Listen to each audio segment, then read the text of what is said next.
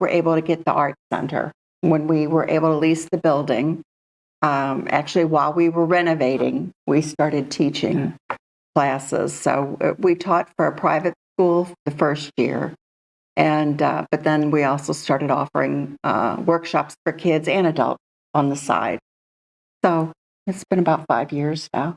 For anyone who has not been to the Art Guild space, it is well worth a visit to what was the old library building and the old museum building for many, many years.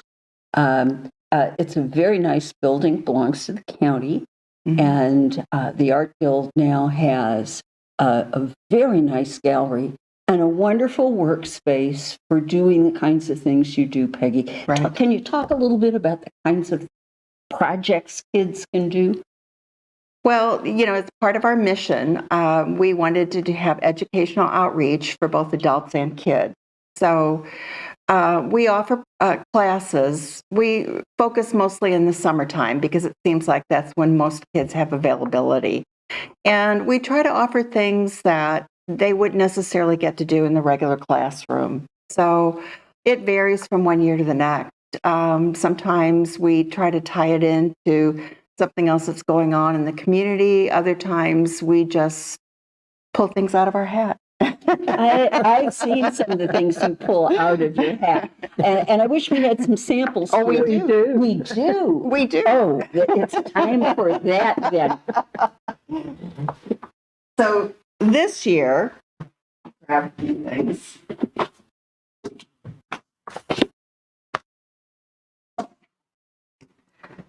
This year, I decided to focus on working three-dimensionally. So we started out with a really simple project, and I guess I should say that these kids that are in the workshop range from ages 6 to 12. So you have a whole variety of ability levels that you are trying to accommodate. So the first project that we did is we just made it three-dimensional with a found object. So we used a plastic bowl to make the viewing window of our own astronaut rocket. And they had a lot of fun. We did paper marbling using shaving cream and used a variety of different materials. I'm going to hold that. And those are really and I'll look through it so you get an idea of what the kids were able to do. It's very creative. And if you go to St. Genevieve Art Guild, there's photos of the kids with their little mask on. Yeah, well, I have photos, yes, Yeah. yes, and I think that they were posted on Facebook, which Yes, is where they we were. Oh, advertise. Facebook, Yeah. okay. So then last week we did a sea turtle, and this is done with a paper plate. And so the kids were learning how to take something and shape it, cutting, folding, and then also working on some painting skills. Hold it up so So- people can see it. These are delightful. So this next Monday, we're doing a doodle bug, which is a three-dimensional bug on a leaf, and showing them how to use cardboard, how to shape it, this lightweight cardboard, working on patterning, color, that sort of thing. So, This is the kind of thing that a high-end summer camp would do, yeah. but high-end summer camps cost a fortune. Yes, Is this relatively affordable? it's $10 per Per student. session? Very Yes. inexpensive. Per really. class. Excellent. Per class, yes. And then the last class is actually a 2-week class, and we're going to go fully three-dimensional. Oh, wow. With cardboard, and I have a cardboard cutting machine, which kids can use. It's very kid-friendly. So we're going to make dragon heads. So it's going to take 2 weeks because they're going to do a lot of cutting themselves. I'm not going to put this one on, but I am going to hold it up so that everyone can see it. Yeah, Isn't that adorable? yeah. And a session is It's $10 $10 per class. per class. Per class, yes. So each class is 2 hours. This particular one will be 4 hours. It'll be over a 2-week period. Okay.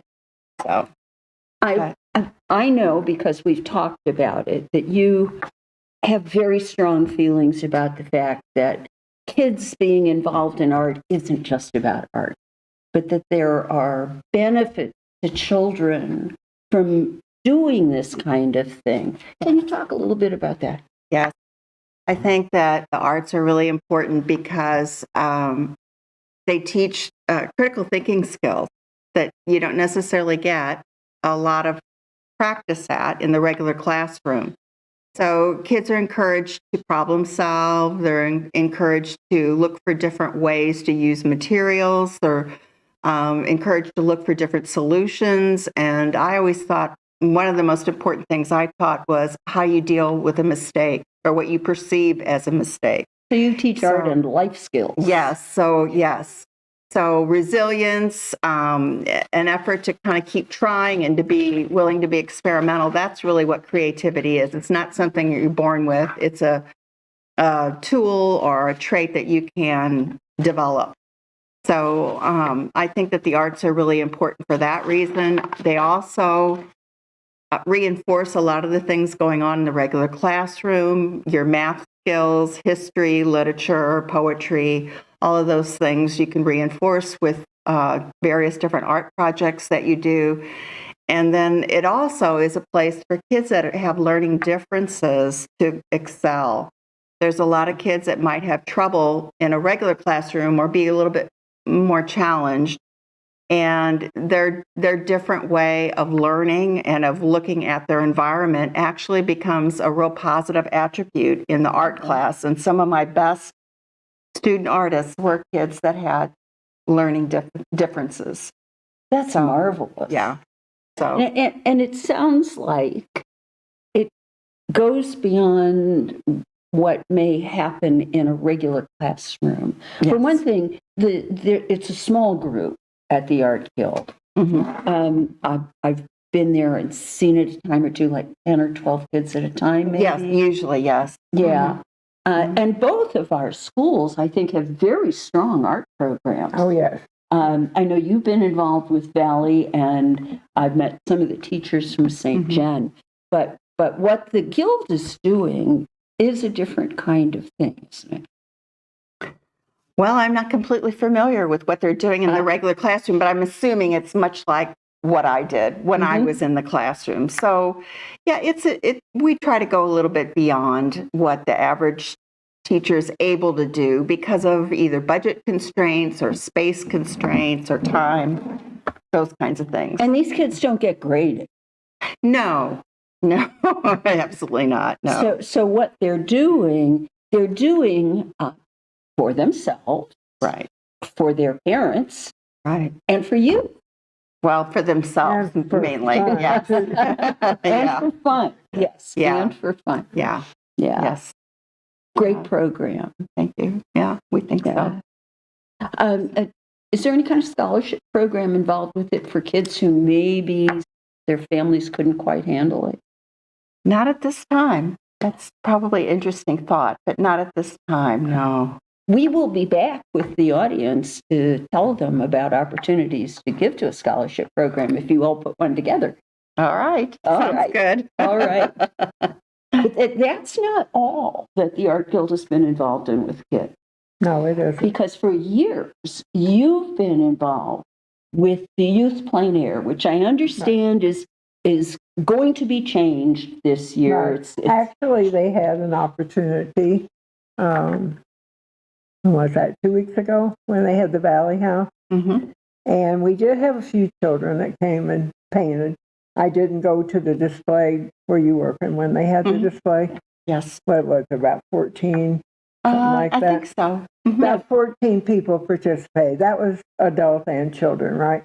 Mostly. I Yeah. believe so. Yeah. Yeah. And for all of the people who don't belong to the Art Guild, what is plein air? It's painting in the outdoors. Okay. You just pick a object and that paint. Like So- we used to do it down by the railroad tracks on Main Street. And down there they had like a 360-degree vision of what was available to paint. Houses, the creek, the buildings, the railroad trestle, and little things in the grass even. One year, one of the kids painted the spigot where the water came out and didn't paint it, they drew it. And it was really a good drawing, a rendition of it. So they have a big choice. I for was what they asked to do, judge so. that one year. Yeah. And I was amazed at the number of kids who happened to be entered that year. Yeah. We're talking 5 or 6 years ago, I guess. Right. And how good the art was. Mhm. We have some very talented children in our community. Yeah, we used to have about 30. And then every year, as more baseball and soccer and all the sports started during school, and they had all the practice after school, it just kept dwindling down to less and less children. So this year we decided to make it a family affair. So that's what went on down at Very the good. Valley House. And it was for parents and children and anybody that wanted to come. So it Very was good. fun working there too, talking to the people. So that's what's going to be for right now. We may go back to plein air again, but we have not decided. So art and kids go together. Art and communities go together as well. And I think one of the things that impressed me when I moved down here 1,000 years ago in the winter of the blue snow, how vibrant this art community was and how involved it was in the life of the town. And I think the whole time I've been here, which is about 40 years, that's been true. And one of the best examples of that, I think, is what you all do in terms of the children and reaching out and raising the next generation of members of the Art Guild. Right. And we also had the music too. Patty Nagger Right. did a lot of Yes. Beautiful. speech on tours for years and years. Yeah. He Can I taught them say German, something? French. Sure. I think what you're doing is wonderful, Peggy, and it's so Thank you. reasonable. My youngest son and his wife have a little girl. They live in St. Louis, and she goes to a private school. But in the summer, she goes a couple of day camps, and one of them she goes to is CASA, but it's really expensive. She only goes for like 4 weeks, but she has been diagnosed with ADHD. She's on medication. She's just blossoming. She's everything, and art's her thing. Yeah. That's great. And when you were talking about that, she draws my husband and I, and they're caricatures. They're so funny. She's 8, she'll be 9 in July. It just amazes me, the talent that it's what you do. Look at what you're bringing out in these kids. That's wonderful. For a town this size. Yeah. We're I very think it's a blessed. nice opportunity. It So, is. yeah. Yeah. Yeah. Peggy, by the way, is a retired art teacher. Yeah. We are blessed with having several retired art Yes. teachers in our art guild. Yes. And I don't think we'd be able to do this without you all. Juanita Wyman is another one of Yes. them. Yeah. And Vicky. I Vicki think. Cummings. Vicky Cummings. So we're very fortunate. And we're also very fortunate to have some very talented people involved in art in the public and private schools in this community. Yes. So, Yeah. so we thank you for coming and bringing all this wonderful stuff. And maybe we'll take a small break before we hear everything you have to say tonight. Quite huh? all right. All right. Okay, Peggy, thanks for making the trip here.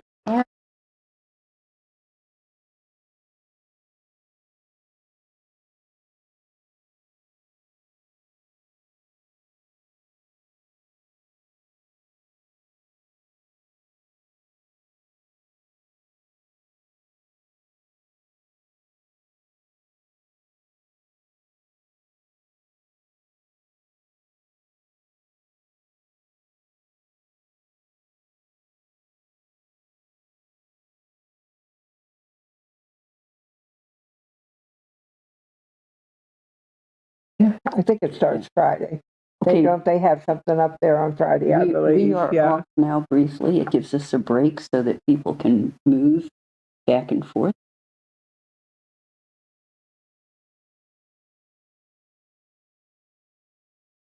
I just received a message from Chip.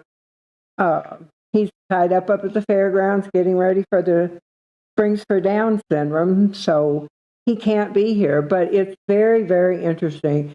they have the UTV ride, which you can sign up for.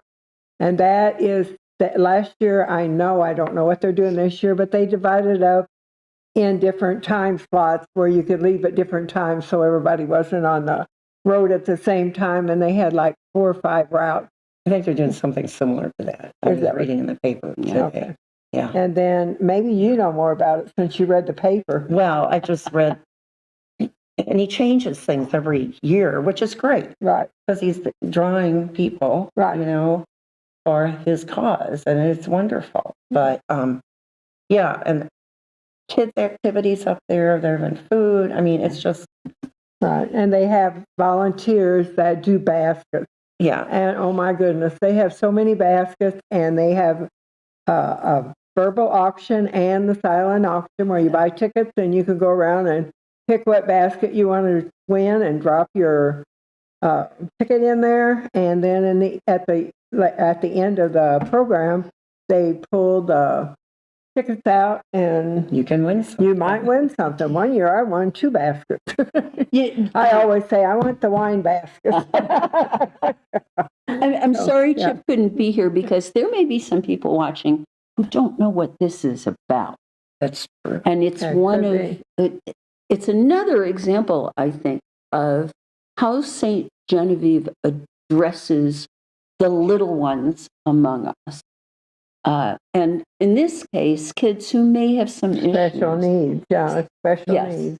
This- And do people know that he had a son who had Down syndrome? Yeah. Which Yeah. he lost Andrew. a few years back, but Yes. everybody loved him, and everyone rallies around this, and people come Yeah. from St. Yes. Louis. And And- this community is very responsive when it comes to kids with special needs. Yeah. Challenger Park is the kind of, we'll let you answer your phone No, I'm before not we go answering on. It's You might get invited out to dinner. no, I get these spam calls all day, and I keep Spam, blocking them. right. Oh my, we've all had that. Challenger Sorry. Park is something, I've not seen anything like that in any other community around here. It was a park that was specifically designed and constructed so that kids who have a variety of kinds of disabilities are able to enjoy the park, and some sports activities and climbing on things. And it's an all volunteer thing that they do. As the kids get a little older, some of the kids have a chance to work at Common Grounds Coffee House, which is also designed to provide experiences for children and young adults who otherwise might not have a chance to interact with the world and get ready to be adults in a world that sometimes isn't very forgiving. I think this community, because of the leadership of people like Chip and the involvement of people like Chip's family, does a wonderful job of trying to meet the needs of all the children. Right. And there are very, very many people involved in that program. It takes an army to actually put it on. There are so many people. And then all the people that volunteer to work and to give to the donations for the baskets, and then that volunteer to sell the tickets for the baskets. I mean, it's just amazing what goes on in St. John for the Spring for Down. They made enough money. They built a playground Yeah. and a field, a ball field or soccer field, whatever they want to use it for. And they're very nice out by the community center, which is very handy for anybody to find. And I told him next they need to do the splash pad for the kids. Well, I Yeah. told him the next thing So, they need yeah, is a swim team for those kids. That kind of reflects where we are coming from more than anything else, I suppose. For people who don't know, and I'm one of the people who, because of other commitments, have seldom been able to go up to this big annual event. But Iris, you've been there, and you can talk about what actually happens. No, they used to have it at KC Hall, and of course, as it grew larger and larger and larger, I think this is their third year up at the fairgrounds. Yes. They moved it up there. It's bigger. There's a bigger building. And then they have all the outdoor spaces that are undercover already that There's they can more room to use. spread out. Right. They can You know. spread out all the activities, and they have food trucks up there Oh, yeah. too now, and different things that weren't They have available a when lot it was of- at the yeah. KC Hall. Yeah. So anyway, anybody that wants to come to St. John for any age group, it's a wonderful event. You'll really enjoy it. They have music also, Oh, don't they? yes. Yes, they have a band in the evening, and then I I think think they during have the some day. music during the day because they Day, always yeah. did at the KC Hall. Yeah. They had it spread out, Right, you know. So that's, yeah. yeah. So I'm sorry Chip couldn't be here, but We gave him a plug. we did. And he really, really is very good at talking about it. Last year, we were fortunate enough to have his daughter, who was a twin of Andrew's, Right. to be here to talk to. So anyway, come on Saturday. There's a lot going on downtown and also up at the fairgrounds. And there's music and all kind of vending. And they have sales for everything. And then, of course, the Art Center is open, and Silver Sycamore and Jean's Eclectic Gallery and Music, Art, and Love and the Audubons and Ciro's and Obrick and Anvil. Our restaurants are wonderful. And our signature event. Well, Now, Kathy's going to tell us all about that. yes. This has been going on since 1997. It's the French Heritage Festival. And it's only on Saturday. It used to be 2 days, and it started out 3 different cities. But right now, but as long as I've been here, for almost 12 years, and I've been the co-chair for since 2017. Sandra Cabot and I co-chair it, and we have a great time. So this year we're going to spread out because we have a new tourism director, and he had some ideas, and he got with Jeff Gigliani from French Colonial America, and we're spreading it over there. But it starts out at the back of the church, and we have the French Melisse. We have our Melisse. That's at 10:30, the opening ceremony. Okay, I'm going to stop you. Your Melisse, does that have to do with like Mysos? Oh, that's true. A lot of people don't know that Melisse is the French military. They're not mice. Okay. That's a group of men that have been dedicated doing this for years. Actually, they're French Marines that are coming from St. Louis, I think, to join. And we start out there at the back of the church with different speakers, and I'll go into that in a minute. But before that, at the Gibor Valley House at 9:30, Marie Antoinette is there, and we have cake in the backyard. So if anyone would love to come and meet Marie Antoinette in the back of the Gibor Valley House. And that is on 4th Street. And that's on 4th On the and, corner. yes, 4th and, and Merchant. And you go in the back gate, and she will be there decked out as Marie can only do. And Offering people to let them eat cake. yeah, let them eat cake, exactly. And you can also tour the house. And Yes, there- they will have tours throughout the day of the house. And there's also a lift there where if you're handicapped, you can still tour Yes. the house. Yes, it's handicap accessible, which is really nice, because sometimes when you visit older homes, you don't always have that. Right. You know, it's not a requirement by ADA to do that. So they have taken that extra step and done that. Right. That's very So- nice. Yes, it is. So we are having the opening ceremony, and I don't want to miss anyone. So everyone's going to gather, the participants in the parade who are leading the parade are going to gather on the back steps in the back area where you enter the church It's actually on Duberg, on Duberg. right in front of the Art Right. Guild. Right. And Or the flag, Yes, by the flag. by the flag. That's the good. And we have, we're going to have Aaron Smith, who is our new tourism director, is going to do an introduction. And of course, Bill Nager, so he and his sweet dear wife who's no longer with us, he is pretty much our MC and introduces people and gives us all a welcome, and it's wonderful. And people will be dressed in period costumes, which makes it fun. He is going to honor King Alex and Queen Emma. Every year we have a King's Ball, except every fourth year it's a Queen's Ball. Right.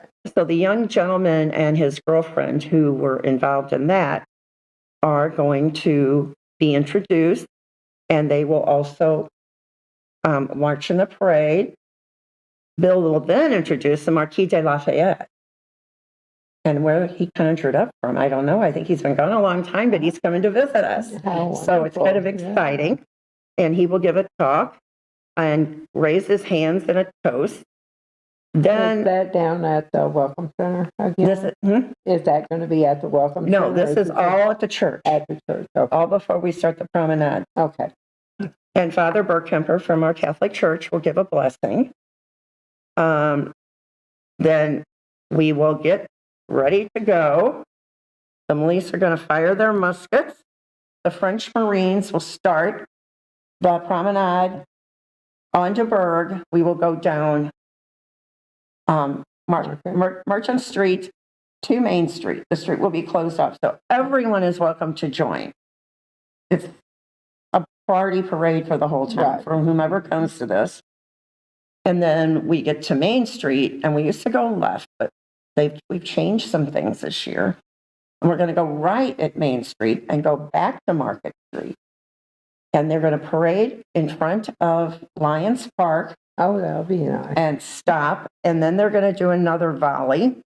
And Lafayette will join them. And we will have the opening. The festivity will start. It has for years been somewhat centered in Lions Park. And we've had food and music. And of course, we have a bar with beer and wine. Of you know. course. We're going to have music. We're celebrating You French. have, yes, you have to dance and have fun. But across the street, also this year, Market Street is closed from 2nd Street to Main. That block, it's the only place it's going to be closed. We'll have some food vendors. We're going to have some demonstrators doing different colonial crafts. And we have these brochures that are being passed around town. Are being hung in shops. They will also be handed out at the event. So you can look at this and see who's going to be where and where the activities actually are.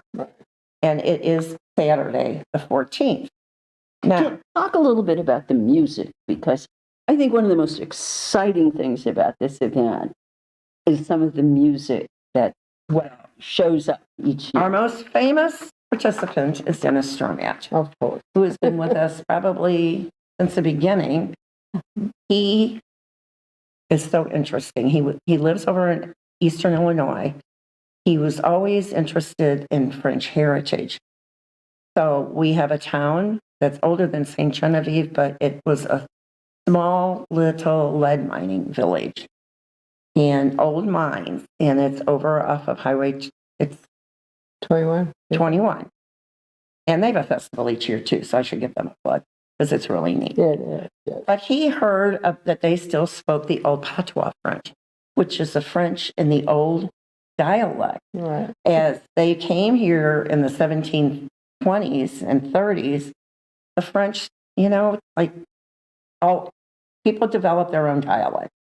And they lived there and they learned that and they spoke that. Well, he heard about it. In the 1990s, as a young man, he went over there and met those people and learned the patois French. And he sings the song, the old French and the patois French. And then he tells you the story as he sings it.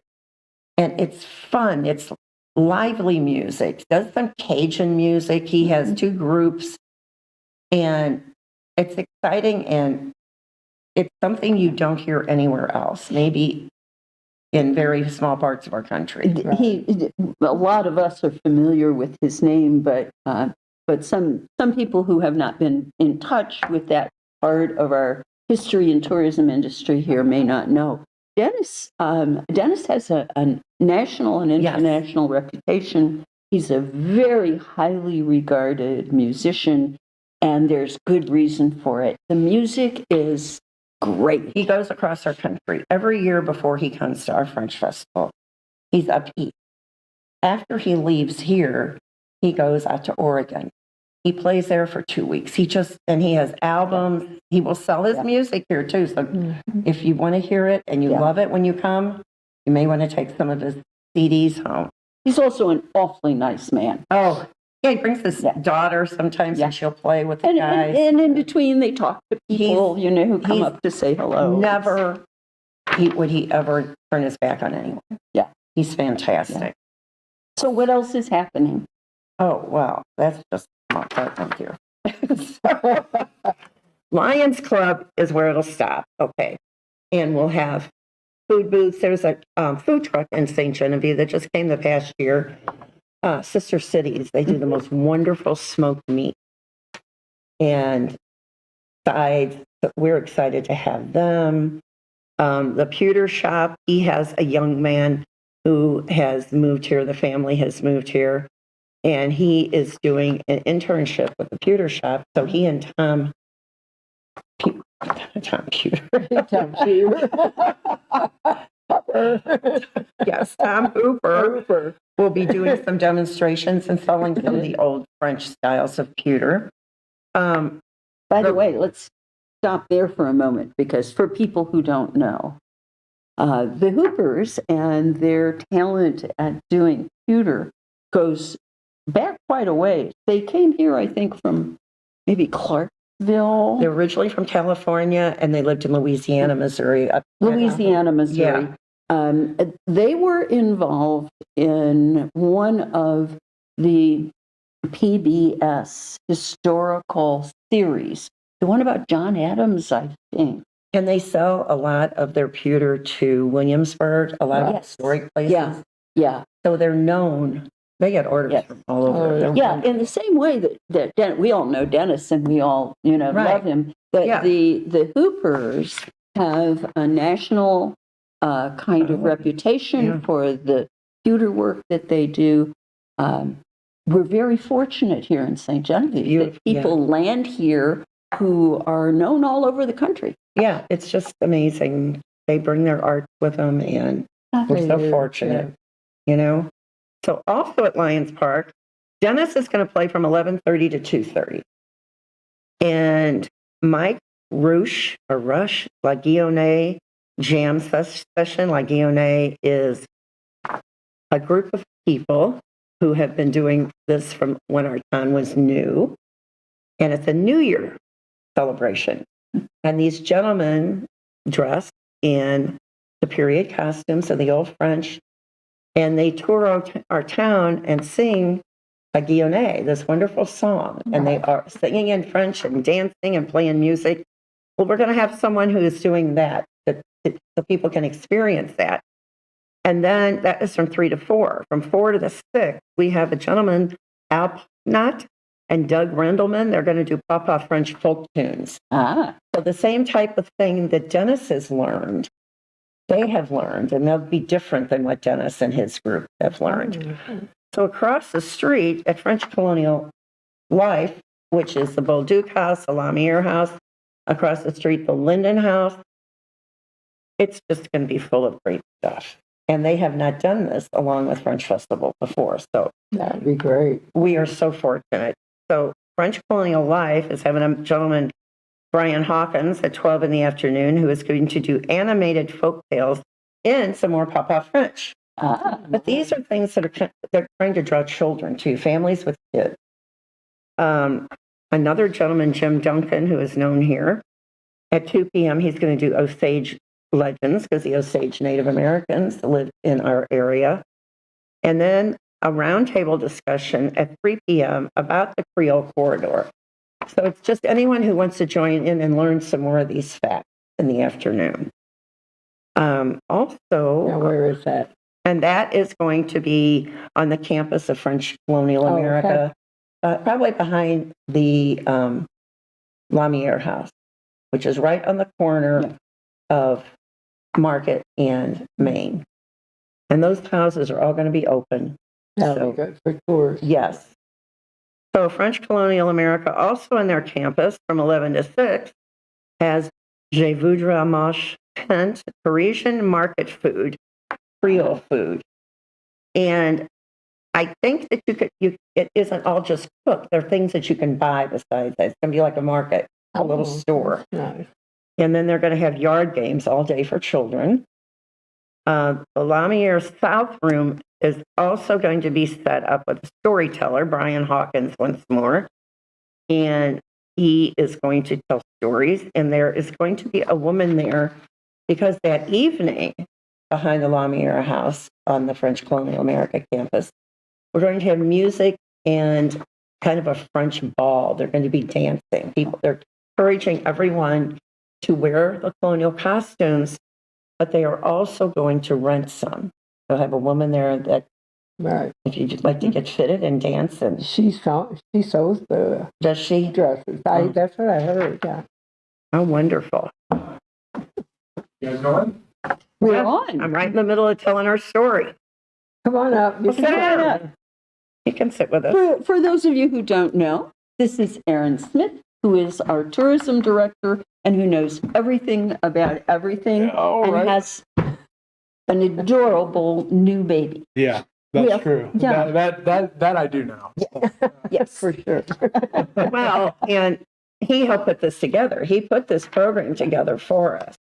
And he's worked really closely with the French Colonial America, with, our team of people together. So I am just following through. I've already covered the opening ceremony. I'm going. Mm. So as I talk, if you want to throw something in or. Yeah, sure. So the Linden House, which is across the street from French Colonial America, they're doing living history from 11 to 4. And that's going to be, a lot of that's centered around children as well. Across the street, catty corner from that, is the Jean-Baptiste Valley House. They're also going to have activities from 11 to 4. And we have a special guest, Suzanne Corbett, who used to write for the Post-Dispatch. She's a cookbook author. She's wonderful. She is going to do some Creole cuisine demos in the kitchen, or and also on the back porch of the JB Valley House Very good. Oh, how- from 11 to 4:30. And she's really neat. It's just such a mixture, and music in all of these places. I mean, it's just going to be so much fun. So in the evening at French Colonial America, I had mentioned about having the dancing. And who is the music? Is it on here? And I know- No, she's. I chose one of Queen Laura Jablonski, who was the Queen of St. Genevieve last year. last Yes. year. Her good friend is going to call the dance, and she's coming down from University City to do that, and she's bringing her own band. Yeah, she's Very good. She's very well versed. I think during the Queen's Ball or the King's Ball this year, she and some friends did like a waltz demonstration, which was very cool, kind of at the intermission. So she's very well versed, and I'm excited to see how this develops. We're hoping to bring this back year over year and Very good. build on the momentum of what the King's Ball has been doing. And since this is centered on that block of Market, we have the tea shop, and we have La Petite Fleur, Mhm. another little gallery with local artists. Not only our art guild, we just have so much talent and wonderful things that are going to appear. And do you want to talk about more of what I spoke about? The pewter shop is having his, Sure, the vendors that'll be there. yeah. Well, the Melise encampment, so we're kind of centering a lot of stuff in that Lamelier yard. The Yeah. dance will happen right behind the house. Later, we're also, later from 6 to 9, but during the day, we're going to have 2 big 10 by 20 tents. It's going to be part of this this Parisian market called Je Voudrais Marcher tents. Jenny Baca is going to head one of the tents. Nathan Schultz from Schultz Antiques is going to bring a lot of good. stuff as well to sell. They're going to have a friendship table in the middle of one of the tents so that people can go and try different things. Jenny will have her spritzers and herbs, and she's going to be selling just kind of like more lifestyle stuff. And then in the other tent, we'll have Jefferson Fox, who's a really great ceramicist. They're selling his wares, and he'll have an actual kick wheel. And he's going to be, doing wedging and showing people how to go, taking them through the whole process.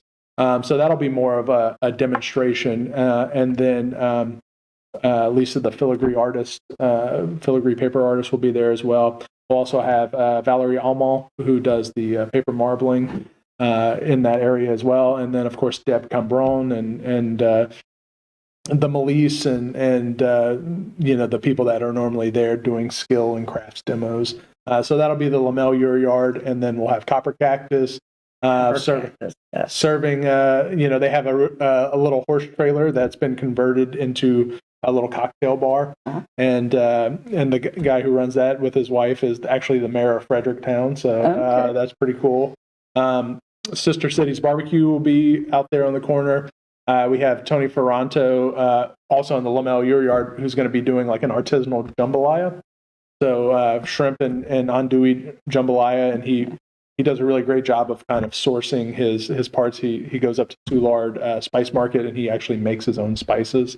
So I'm really coming from the jambalaya capital of the world. That's where I grew up. Actually, the little town I grew up in, Gonzales, Louisiana, is the jambalaya capital of the world. So I'm very excited to try this jambalaya. And then I'll be making a ton of coleslaw, so you can get a plate of jambalaya and coleslaw. Of course, Lions Club Park's going to be doing their. The Lions are going to be doing their fish fry. Mm-hmm.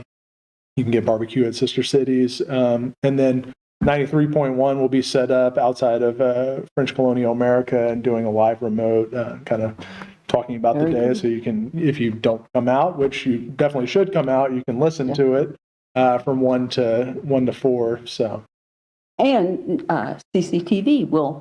I'm sure Charlie will be there filming, and you'll be able to watch right here. And important that we need to mention too is the Foundation for Restoration of St. Genevieve is our big sponsor, but then we have other sponsors, Mississippi Lime, Bob and Linda Mueller, and the Bedford Group. Those are gold sponsors. These are local people. Silver level, Aunt Katie's Corner Airbnb, Carl Pinsky Attorney, Betsy and John Kuntz, Steiger Properties, and then we have a bronze level, Carl Pinsky and Susie Johnson, Ken and Patty Lewis, Edward Jones, Elaine Mooney she's a financial advisor, Shelter Insurance, Steve Platty, and Ralston Fine Jewelry. These are so important to get these events going. Yeah. I remember, in fact, I was involved in the very first one of these back in 97, I think it was. When it was Bernie Schramm, who some of the people who are watching may remember, and Fran Ballinger, and a group of local people who decided, we have this wonderful French heritage, we should be doing something with it. And it started out small, very modest compared to this. And I think it's very exciting to see how this has developed and grown over the years. And it's nice to get some new people involved, some new blood, different vendors, different types of food. And I think if it draws more and more people, they'll see what is really here. Mm-hmm. Didn't Eliza Mee help with the very beginning? The French ladies they were involved in St. Louis? But they were recruited to be involved by the local group. And it really was Bernie Schramm who was the primary force behind it. Some of the people who are watching us may remember Bernie, who he, with his wife, Vian, owned the Jean-Baptiste Valley House for, in fact, it was her family's family home. Yeah. And it's lovely to have seen this develop. So congratulations, you guys. Yeah. Thank you. Yeah, it's fun and it's exciting. And it's not going to rain, okay? Nick say, I'm going to go light a candle and I'm not even Catholic. Anything else, Adam? Well, I think one of the really lovely things, wonderful things that is happening too, especially for the art community is FCA is bringing out Brian Hawkins, who is an animator, and he has been very active in Old Mines, engaging the French speakers that still live there, but also going back into the archives and listening. In the 30s and 70s, there was a big push by the state to record our Yes. French speakers. And he's taken some of those stories that they've told, especially the folk tales, which are really quite whimsical and interesting, and animated those. And he animates them all with watercolor. And then he, does cutouts, and he does these really interesting things. And he has 2 films. One is Chasse Galerie, and the other is called La Buisson. And one of the La Buisson, or Le Buisson, was would have been a story that would have been told here in St. Genevieve. So I think it's very relevant, and it's very cool, one, to see an artistic interpretation of our French heritage, but it's really world class, and he'll be showing those films at noon in the Center for French Colonial Life in their conference room. So, And for the people who may not be able to get down here and be part of it, Charlie, we're expecting to be on the scene doing some videoing, and so you'll be able to catch some pieces of it right here on CCTV. yeah, beautiful. Well, like Brian Hawkins, what he's bringing, it'll be a whole new aspect that these children around here haven't seen. I hope their parents bring them so they get to see this. And it'll be fun because they love animation, and for him to put that together, Yeah, it's very cool stuff. Well, and also, I don't know if you mentioned Mike Rook and what he'll be doing as yes, well.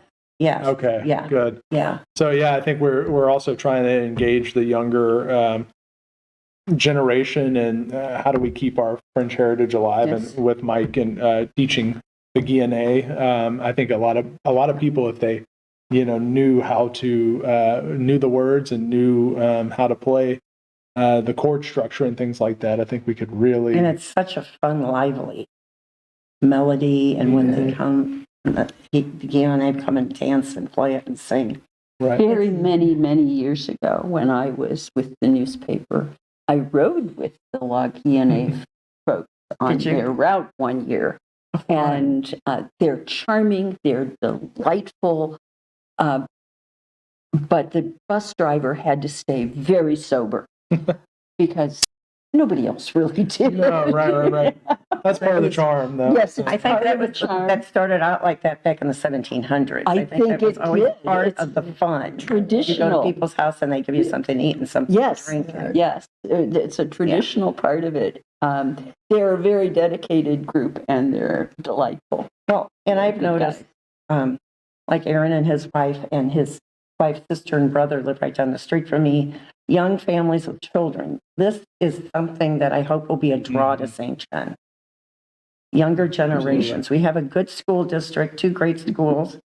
I just think it's something fun that my daughter-in-law and granddaughter are coming from St. Louis. They always like to come for these type of things. I just think it'll just to get it out there and see what we are. The most authentic French, sort of French celebration in the state. Well, I mean, yeah, we'll coin it right here. Yeah. I can vouch for that. Yeah, absolutely. Yeah. Yeah, no, I mean, what other, unless you cross the river in Illinois, I think they have some stake to, maybe in the region of Right. being a little bit older. But, in Old Mines, I think they've celebrated their tricentennial last year. But as far as a real agricultural stalwart community, I think we're it. You know, so.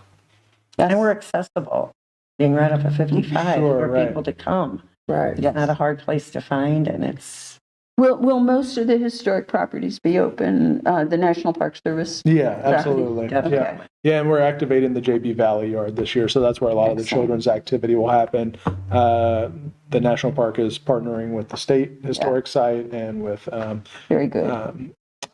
the Museum Learning Center, and even the library Yeah. will be involved in doing some children's Yeah. activities. So Very So good. yeah, no, I think deciding to kind of close the footprint down this year and keep it and activate FCA and the National Park Service and Felix Valley actually leaving their site and coming over, I think is really encouraging, and they can help us kind of like really liven up the activities during the day. So Well, there's You so remember much the going- early days. In fact, you're the only native at this table. The I'm rest not of us, really a native. and you're not a native either. I'm here since I was not. Oh, well, That counts. Long time, many, many years. Yeah. That counts. And it seems to me that it was in, and I could be very wrong about this, that it was in the mid 80s that people really started to focus maybe on the French history of the town. I know that in the late 60s there was some interest when Greg Francois wrote his first book about Saint Genevieve, the story of then the old Bolduc Saint started their Genevieve. tours. And the Bolduc started their Yeah. tours because that was at the period when the renovation of the Bolduc Yeah. had been completed. But I think it's just blossomed since then. Well, this is going to be fun because there's so much going on, and people will see one thing and they'll go, "Oh my God, there's something over here." Right. They can just be in this Yes. big broad circle, Right.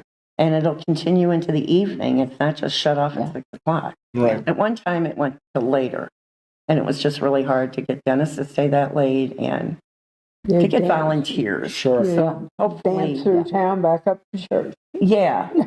But hopefully, this will really Yeah. bring it all together. We thank I you think for it's coming. great. Yeah. How about we take a very short break and let these folks, unless you have something else you want to talk about that's coming up. Well, not necessarily. I mean, we can end it here. I mean, there's a lot I could talk about, but we could be here all night. Seriously, there's so much going on. But I gave a presentation last night to the Art Guild and kind of just rambled on for an hour and a half about things that were going on. We don't have that much time. Right.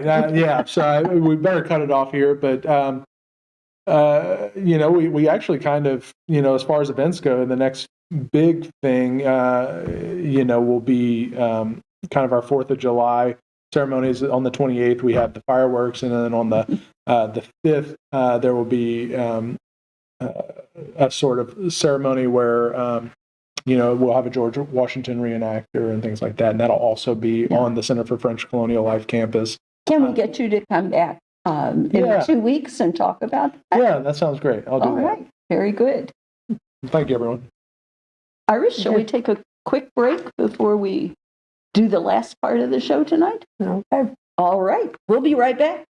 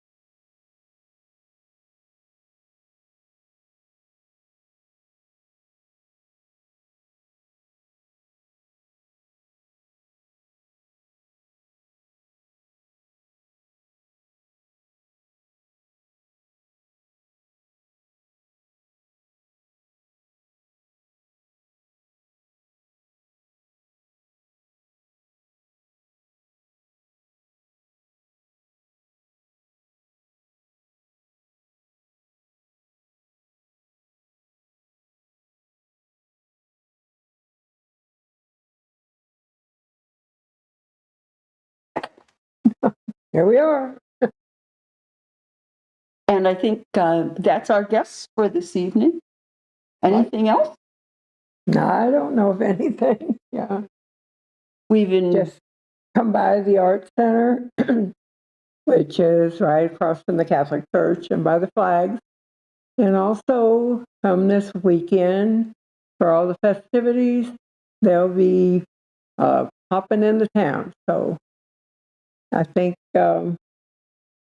everything at the park and at downtown and all the events that's coming up, an exciting weekend. it will be. Yeah, it will Yeah. be. And we're going to try and be there, and we hope we'll see all of you there. Okay. So I guess our next show, if we have guests, will be the 4th Wednesday. And if we don't have guests, we'll probably try to be back before the 4th of July, which I think Aaron might be coming before the 4th Wednesday. So I guess we probably will be back then. Yeah. Yes, Aaron will be back, and we're hoping to have a little more information about the 4th of July activities, and we can talk a little bit about 4th Friday. Yep. All right. Which is always on every month. Every month from March through Yeah. November. Yeah. Yes. Thanks for coming. Okay. Thanks for coming and joining us tonight. So that's it for What's New. Yeah. Good night, everyone. Good night.